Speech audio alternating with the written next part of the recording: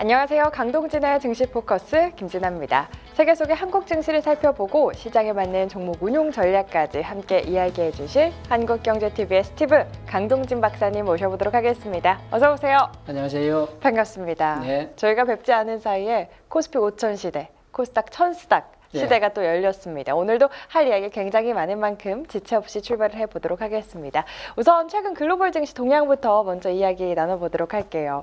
우리 시장 정말 적토마처럼 달리고 있습니다. 지난 녹화까지만 해도 저희 구정 전에 코스피 5천 달성할 수 있을까라고 대화했던 게 기억이 나거든요. 네네. 그런데 이렇게나 빨리 코스피 5천, 거기에 코스닥 1000포인트까지, 1100포인트까지 또 넘어섰습니다. 이번 주가 또 빅 이벤트들이 굉장히 많은 한 주가 아니었습니까? FOMC 회의도 있었고, 뭐 기업들의 실적 발표도 많았고, 이번 한 주 좀 최근 글로벌 증시 동향 어떻게 보셨을까요? 예, 세계 증시도 하락 국면입니다만은 우리나라 증권 시장이 그 중에서도 제일 잘 올라간다 그렇게 느껴질 정도로 최근 분위기가 좋습니다. 전반적으로 여러 업종을 언급할 수 있겠습니다만은 반도체 업종의 상승세가 아주 돋보이는 상황이고요. 우리나라가 세계에서 반도체 비중이 제일로 높은 그런 나라니까 우리나라 코스피, 코스닥도 그 영향을 받아서 잘 나간다 그렇게 설명을 드릴 수 있겠습니다. 네, 정말 반도체를 중심으로 지칠 줄 모르고 달리고 있는 우리 증시입니다. 오늘 같은 경우에는 이렇게 좀 많이 올랐으니 조금씩 차익 실현을 하겠다라는 매물과 또 이 조정이 나오면 기회로 보고 빨리 사야지라는 이런 매물들의 공방전과 함께 좀 변동성을 보이고 있는데요. 네. 당분간은 이런 변동성과 함께 좀 자리를 잡아갈 수 있는 만큼 이슈 이야기 나누면서 저희 또 자세한 전략 챙겨드릴 수 있도록 하겠습니다. 녹화일 기준으로 오늘 아침 연준의 기준금리 결정이 있었죠. 시장의 예상대로 동결을 했습니다. 네. 이미 시장은 기준금리 동결로 예상을 하고 있었고 이제는 누가 연준 의장이 될 것이냐에 또 초점을 맞추는 분위기였는데요. 박사님께서는 이번 FOMC 좀 어떻게 보셨을까요? 예, FOMC 회의가 이제 열렸고 금리를 동결했는데요. 지금 그 결정을 한 분이 이제 물러날 분이니까 결정을 미뤘다 그렇게 보시는 게 좋을 것 같습니다. 네. 그래서 연준 의장이 어느 분이 나올지 선정이 될지 다들 궁금해 하실 건데요. 조금 우호적인 그런 분이 선정이 되어 가지고 정권시장에 금리 조절에 대한 좋은 그런 역할을 했으면 좋겠다. 그런 것이 일반적인 바람이지 않을까 그렇게 생각해 봅니다. 네, 지금 시장은 연준 의장이 바뀌고 난 다음에 기준금리가 어떻게 될 것이냐, 그러니까 미래에 더 집중을 네. 하고 있는 것 같습니다.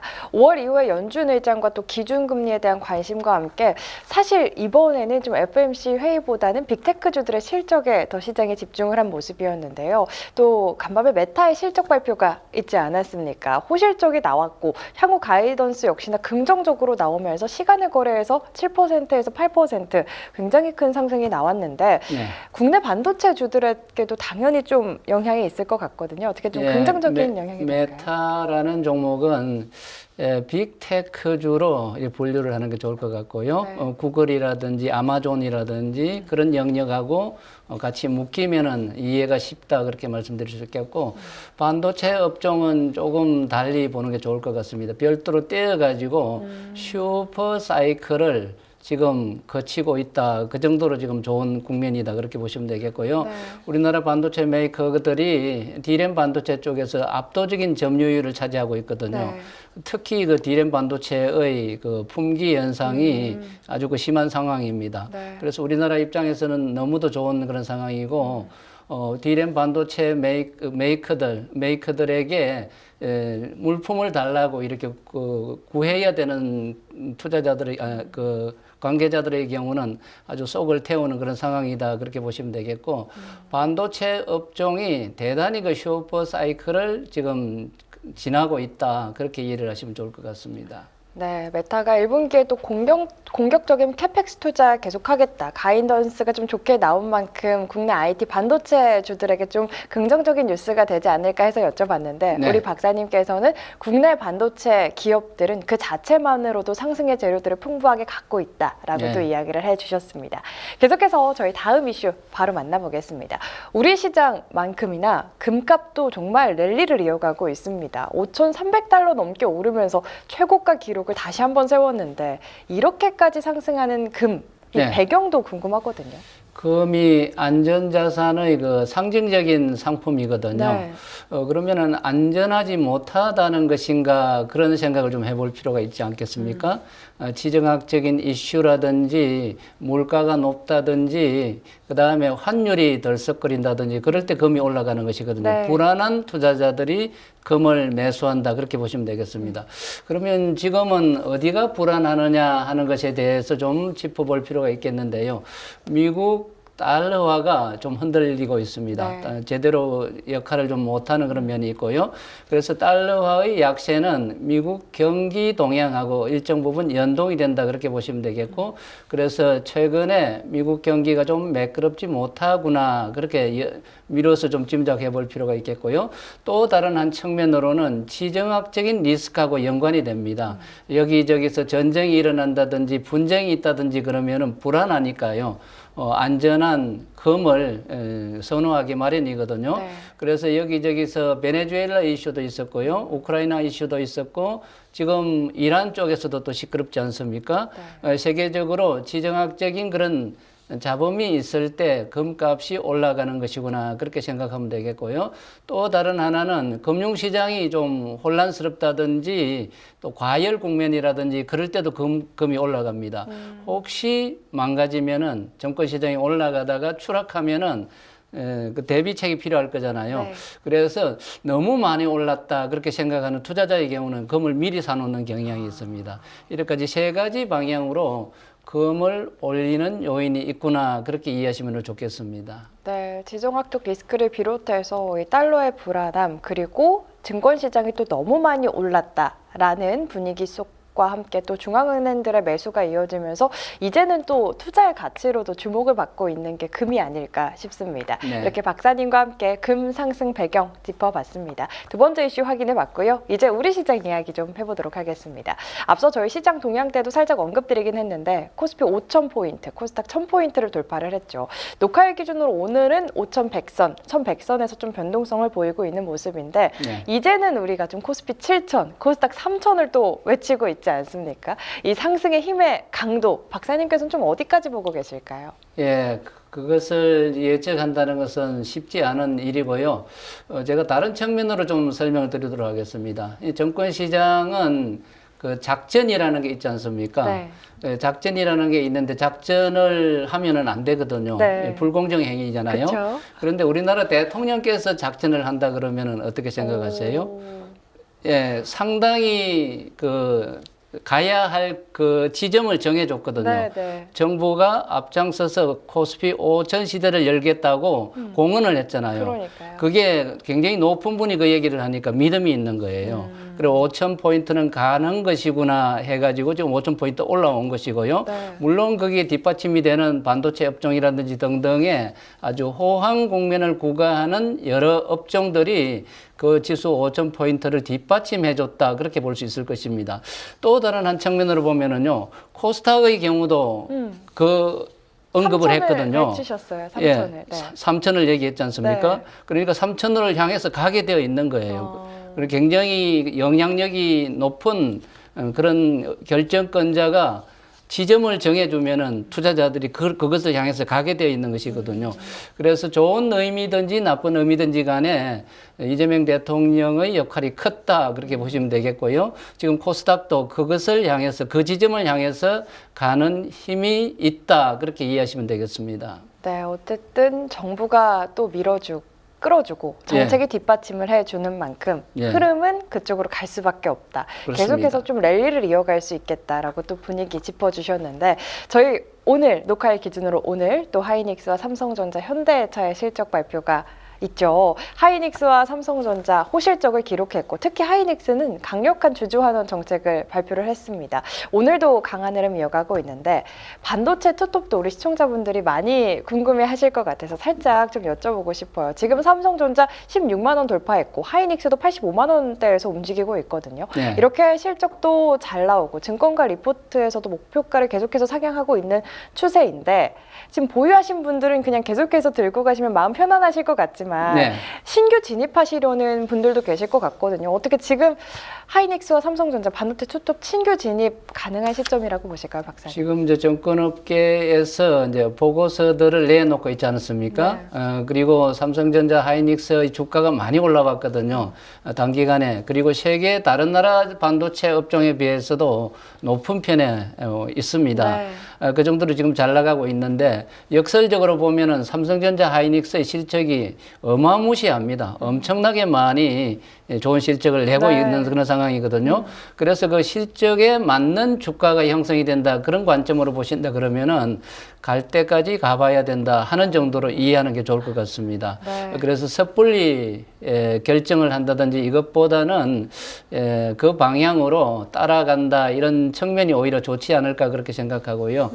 반도체 두 개의 그 대장주들이 잘 가고 있습니다만 그 아래 보면은 부품주라든지 장비주들도 있거든요. 네. 이들도 다 수혜 주니까 너무 높게 생각하는 것 같으면은 그 주변 주들을 공략하는 것도 대안이 될 수 있지 않을까 그렇게 생각합니다. 네, 반도체 투톱 사실 모두가 처음 보는 숫자이고 처음 예. 가보는 길이기 때문에 어느 정도인지 목표가는 설정을 할 수 없지만 이 반도체 투톱 너무 올라서 좀 부담스러운 자리에 있다 싶으면은 그 밑단에 함께 수혜를 볼 수 있는 중소형주들로 눈을 돌리는 것도 하나의 전략이 되겠다 네. 이야기를 해주셨습니다. 이렇게 반도체 투톱에 대한 이야기 나눠봤고요. 또 이 가운데 이 대통령이 28일 또 외국인 투자기업 관계자들을 만나서 대한민국이 세계 최고의 투자처가 될 수 있도록 객관적인 환경을 조성하겠다라면서 우리 정부를 믿고 미래를 함께 해달라고 당부를 했다고 하죠. 이렇게 된다면 좀 외국 투자 금액들이 확실히 더 늘어날 수 있을까요? 예, 그렇죠.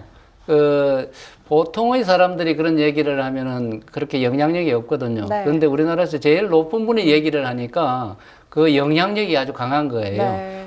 그래서 정권시장 그 투자자들 입장에서는 대통령이 도와주는 그런 일들을 하시는구나 그렇게 생각하면 좋을 것 같고요. 우리나라가 세계 각지에 투자처로서 좋은 또 그 영향력을 행사한다 그러면은 정권 시장도 좋고 그 다음에 경제 발전도 연결이 되는 것이니까 좋은 그런 활동이지 않나 그렇게 생각합니다. 네, 당연히 시장에는 긍정적인 영향을 줄 수 네. 있겠다라고 이야기를 해주셨습니다. 이렇게 박사님과 함께 최근 시장에서 뜨거웠던 이슈들 다뤄보면서 시장 전략까지, 전망까지 또 챙겨봤는데요. 시장이 이렇게 강하다 보니까 이 시장 상승에 좀 포모를 느끼신 분들이 이제는 나도 따라가고 싶다라는 분들이 많으세요. 특히나 코스닥 150 ETF 개인 투자자들의 강한 매수가 들어오고 있다라는 네. 뉴스도 굉장히 많이 나오고 있는데 이렇게 좀 최근 ETF를 향한 투자자분들의 관심도 늘어나고 있는 것 같습니다. 최근 ETF 분위기는 좀 어떻게 보고 계실까요? 예, ETF가 아주 인기 있는 그 금융 상품으로 자리 잡은 지 오래됐다 그렇게 느껴질 정도입니다. 특히 최근에 정권 시장의 모습이 아주 화랑 국면이니까 ETF 투자자들의 그 성과도 좋은 편이고 그래서 더욱더 매수세가 늘어나고 있지 않나 그렇게 생각하고요. 이 추세는, 이 흐름은 좀 고정화되지 않을까 그렇게 예상을 해봅니다. 개별 종목을 투자하는 것도 괜찮은 방법입니다만은 그것보다는 짜임새 있고 체계적인 ETF에 대한 투자자들의 인식이 점점 늘어나고 있다. 이런 관점으로 이해하는 게 좋을 것 같습니다. 네, 지금 굉장히 ETF 시장이 뜨거운데 우리 박사님께서는 2년 전부터 저희 방송 처음 할 때부터 정말 ETF에 대한 중요성, 효율성, 필요성에 대해서 굉장히 많이 강조를 해주셨지 않습니까? 엄청난 상승률을 또 보이고 있다고 하니까 그때부터 ETF 투자하신 분들은 지금 굉장히 또 기분 좋은 나날들을 보내고 계시지 않을까 싶거든요. 네. 우리 박사님께서 지난 시간에 11가지 ETF 소개해 주신 거 혹시 기억나십니까? 예. 미국 대표지수 ETF부터 뭐 예. 필라델피아 반도체 지수, 배당주, 로봇, 바이오, AI 예. 등등 해서 11가지의 ETF 그냥 콕 집어서 이야기를 해주셨거든요. 예. 그래서 오늘 이 시간에는 그 11가지 ETF로 어떻게 좀 실전 투자에 활용을 해야 하는지 예. 직접 좀 포트폴리오 구성법에 대해서 전략을 꼼꼼하게 챙겨주시면 좋을 것 같거든요. 예. 일단 좀 갖고 계신 운용 자금에 따라 예. 달라질 것 같아요. 운용 예. 자금별로 좀 어떻게 분리를 해보면 좋을까요? 예, 큰 운용 자금을 운영하는 투자자들은 좀 배포가 있어야 되겠죠. 네. 예, 망가지면은 안 되니까요. 그렇다고 또 작은 규모의 투자 자금을 운용하는 분의 경우 기회가 없는 것도 아니거든요. 그런데 전략은 좀 달라야 되지 않을까 그렇게 생각할 수 있겠습니다. ETF에 대한 개념이라든지 그다음에 경험이라든지 이런 것이 아무래도 작용을 하게 되어 있거든요. 그래서 큰 규모의 자금을 운용한다 그럴 경우에 예를 들어서 억대 1억으로 운용을 한다, 3억으로 운용을 한다 그런 결정을 하시는 분들이 있을 것인데요. 이런 분들의 경우는 조금 경험이 있어야 되겠다. 네. 섣불리 달려드는 것보다는요. 그래서 그것보다는 한 10분의 1 크기에 1,000만 원이라든지 한 3천만 원 정도로 시작해 보는 것. 네. 그게 이제 롤 모델이라고 제가 이름을 붙여가지고 네. 선전을 많이 하는 편입니다. 그래서 섣불리 큰 자금으로 덥석덥석 들어가기보다는 좀 작은 규모로 운용을 해보고 운용의 성과가 분명히 좋을 것이거든요. 좋을 것이니까 그 성과를 맛보고 난 뒤에 다음 단계의 그 자금 규모로 본격적으로 운용하는 그런 자세가 중요하겠다 그 말씀을 드리고 싶습니다. 즉 1단계부터 2단계까지 단계별로 여러분들이 ETF 투자 접근하는 것이 바람직한 방법이다. 그렇게 제가 권해드리는 것입니다. 네, 그래서 우리 초보자들부터 이제 고수분들까지 예. 좀 어떻게 포트폴리오를 구성해야 할지 우리 박사님께서 초기 훈련형 모델부터 예. 고수 실전형 모델까지 표로도 준비를 해주셨다고 들었거든요. 예, 표를 예. 보면서 더 자세하게 좀 포트폴리오 구성, 종목 비율이나 이런 거를 설명을 해주시면 좋을 것 같아요. 예, 이 조합하는 거거든요. 네. 종목을 조합하는 건데 제가 지난 시간에는 몇 개 종목을 소개했다 그랬죠? 11개. 11개였죠. 그동안에 늘어가지고요. 그래요? 오늘 가져온 것은 16개거든요. 16개. 그럼 5개가 더 예. 추가가 된 건가요? 예, 그동안에 늘어난 거예요. 그래서 그래요? ETF는 자고 일어나면은 변화가 있는 그러게요. 것입니다. 네. 그래서 그 정도로 또 볼만한 ETF가 나타났구나 그렇게 생각하면 되는 겁니다. 여러분들이 지난주까지 봤던 ETF에서 또 다른 ETF들이 새로 탄생하는 것을 볼 수 있는 것입니다. 거기에 보면은 이제 우리가 개별 종목을 선정하듯이 ETF도 선정하게 되어 있거든요. 네. 개별 종목을 고르듯이 ETF도 하나씩 골라가지고 거기에 자금을 배분하면 되는 것이니까요. 네. 그리고 주문도 그대로 하면 되는 것이니까 그렇게 한다. 그렇게 짜임새 있게 여러분들이 포트폴리오를 구축해 가면은 개별 종목보다는 훨씬 더 안정적으로 운용이 될 수 있다, 갈 수 있다 그렇게 이해를 하시면 되겠습니다. 네, 지금 우리 시청자분들 박사님이 준비하신 이 포트폴리오 모델 표로 확인을 하실 수 있는데요. 주목하시고 실전 고수형 모델 그리고 초보 훈련형 모델 잘 참고하셔가지고 투자에 도움받아 가시면 좋을 것 같습니다. 그래서 또 궁금한 부분이요. 예. 박사님, 5개가 또 추가가 됐다고 했는데 예. 최근 이 증시 흐름과 함께 주목해 볼 만한 5가지 추가된 ETF는 또 어떤 게 있을까요? 예, 여러분들이 좀 기억을 하기 쉬운 그 업종을 좀 소개해 드리도록 하겠습니다. 최근에 배터리 관련 종목군들이 급등하고 있는 것 기억하세요, 혹시? 네, 2차 전지 요즘 엄청 강하잖아요. 예. 삼성 SDI가 전고체 배터리 쪽에 그 영역을 개척했다, 성공했다는 뉴스가 아주 대서특필이 됐거든요. 네. 그래서 전기 자동차와 관련된 이 배터리 분야의 그 고민거리가 해결된 것이구나. 그렇게 투자자들이 이제 인식을 하기 시작한 것입니다. 당연히 주가가 오르겠죠. 네. 큰 폭으로 이제 오르게 되겠죠. 그 다음에 삼성 SDI뿐만이 아니고 배터리와 관련된 중소형주들이 또 있지 않습니까? 네. 에코프로 등등의 종목군이 되겠죠. 포스코 퓨처엠도 있을 그쵸. 것이고요. 그와 같은 종목군들이 그동안에는 좀 정체되어 있었거든요. 정체되어 있는 업종 중에서 대표적인 업종이 이 배터리 관련 종목하고 맞아요. 바이오 관련 종목이었습니다. 네. 이들 종목군들도 언젠가는 오르겠지 하고 투자자들이 관심을 갖고 계시는 분들도 있을 것인데요. 최근에 이 두 개의 업종이 이제 분출을 하기 시작한 겁니다. 어떤 요인이 있었느냐 하면은 낙폭 가다에 따른 종목들인데 대신에 재료가 들어오니까요. 전고체 배터리 성공 얘기가 네. 나오죠. 그다음 신약 개발 얘기가 나오죠. 그러니까 이게 부각이 될 거잖아요.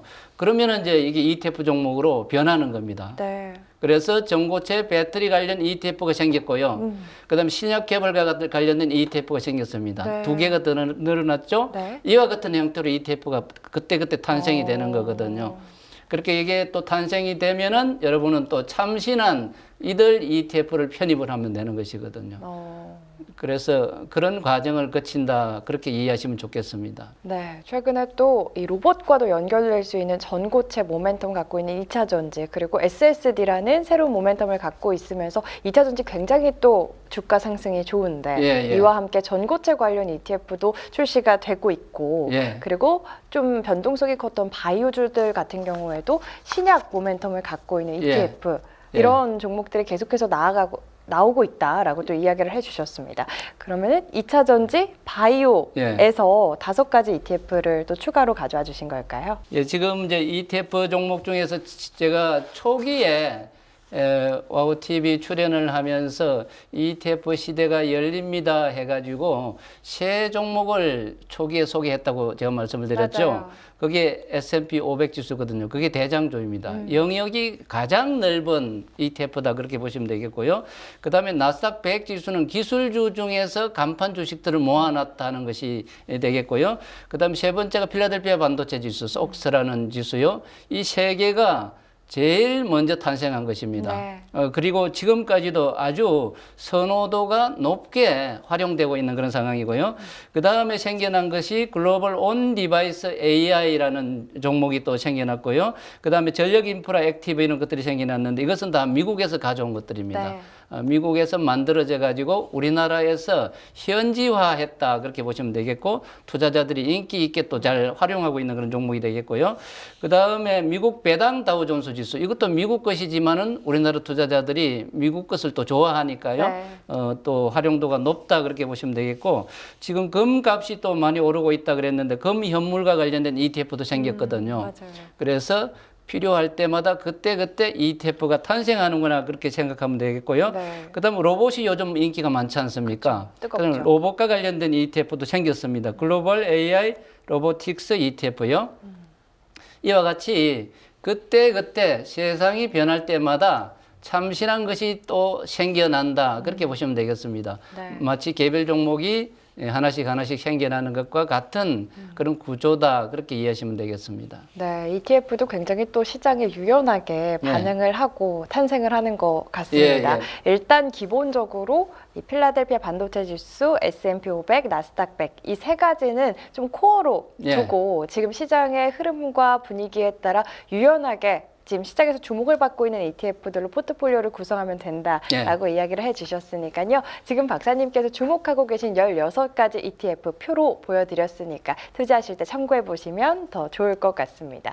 지금 뭐 시장에서 로봇, 2차 전지, 바이오, 금 관련해서 다 ETF가 있으니까 우리 투자자분들은 종목에 대해서 조금 공부를 깊게 못하시고 확신이 없으신 분들은 ETF로 접근하는 방법이 굉장히 또 효율적일 것 같아요. 예, 당연하죠. 당연하죠. 예. 당연한 말을 제가 예. 또 했습니다. 오늘도 이렇게 박사님과 함께 ETF에 대한 이야기 나눠봤는데 이 ETF들이 만들어지는 과정에 대해서 또 살짝 궁금해지거든요. ETF 어떻게 좀 만들어지는 건가요? 예, ETF는 종목들의 모임이다. 그것보다는 또 업종의 모임이다 이런 얘기를 하지 않습니까? 네. 종목을 모아놓은 것도 있을 수 있고 업종을 모아놓은 것도 있을 수 있고요. 예를 들어서 필라델피아 반도체 지수 같은 경우는 종목 수가 대단히 많지 않습니까? 그쵸. 그리고 또 유명하고요. 그리고 지역별로 우리나라도 반도체 업종이 있고 미국에도 업종이 있고 그런 식으로 있죠. 이런 것들을 우리가 거래를 할 수 없을까 이런 관점으로 좀 관심을 좀 돌려보면은 이제 ETF하고 연결이 되는 겁니다. 네. 그래서 ETF는 탄생할 때 이들 업종이 좀 유명하다든지 활발하다든지 그럴 때 이제 ETF로 만들고자 하는 투자자들이 생기는 거예요. 그래서 ETF를 만드는 그 관계자들이 생기는 거거든요. 네. 그분들도 운용사라든지 정권업계에 있는 그 ETF 쪽에서 그 비즈니스를 하는 그런 쪽에서 만들게 되는 거거든요. 네. 우리나라에서도 만들 수 있고 미국에서 만들어 올 수도 있고 그런 과정을 거친다 그렇게 보시면 되고, 그래 여러분들의 관심 입장에서 본다 그러면 최근에 좀 핫한 뜨거운 그런 업종이 뭐가 있을까 그런 관점으로 보시면은요, 이게 인기가 있고 뜨겁다 그러면은 ETF로 만들어지게 되어 있는 거예요. 왜 그러냐면은 그것으로 비즈니스를 하는 네. ETF를 만드는 사람들이 있기 때문에요. 그래서 이제 만들어지면은 그걸 보고 투자자들이 만들어 놓으면은 투자자들이 달려드는 것이거든요. 그쵸. 그 투자자들이 만드는 게 아니고 그 만드는 사람들이 만들어 놓으면은요. 그래서 신규로 나오는 ETF를 선호하는 투자자들이 참 많이 있습니다. 먼저 마치 좋은 물건이 있으면은 매장에 내어 놓으면은 그 수요자들이 생기듯이요. 그쵸. 마찬가지로 ETF는 굉장히 또 매력적인 그런 욕구가 있는 거거든요. 그래서 달려든다 그렇게 보시면 됩니다. 새로운 ETF 나오는 거 없나 이렇게 눈여겨보다가 달려든다 그렇게 보시면 되겠고요. 네. 그래서 여러분들 입장에서는 관심을 가지고 있는 업종 중에서 좀 거래량이 늘어난다든지 또 소개 빈도가 높다든지 이런 업종이 있으면은 그 유형의 종목군들이 있으면은 아 이게 ETF로 만들어질 수 있겠거나 그렇게 생각하고 준비하면 좋다 그 말씀드리고 싶습니다. 네, 옷이나 신발 같은 경우에도 신상품이 또 가장 트렌드를 잘 반영하고 있지 네. 않겠습니까? ETF도 똑같다라고 그렇죠. 생각을 하면 상품이라 생각하면 되죠. 네, 될 예. 것 같습니다. 그러니까 일단은 수요가 있어야지. 수요가 있을 것 같은 ETF들을 만든다. 시장에서 뜨거운 것들을 만든다. ETF가 탄생되는 과정 그리고 배경에 대해서까지 또 이야기 나눠봤습니다. 강동진 박사님과 함께하는 증시 포커스. 오늘 저희가 준비한 시간은 여기까지입니다. 오늘도 함께해 주신 여러분 고맙습니다.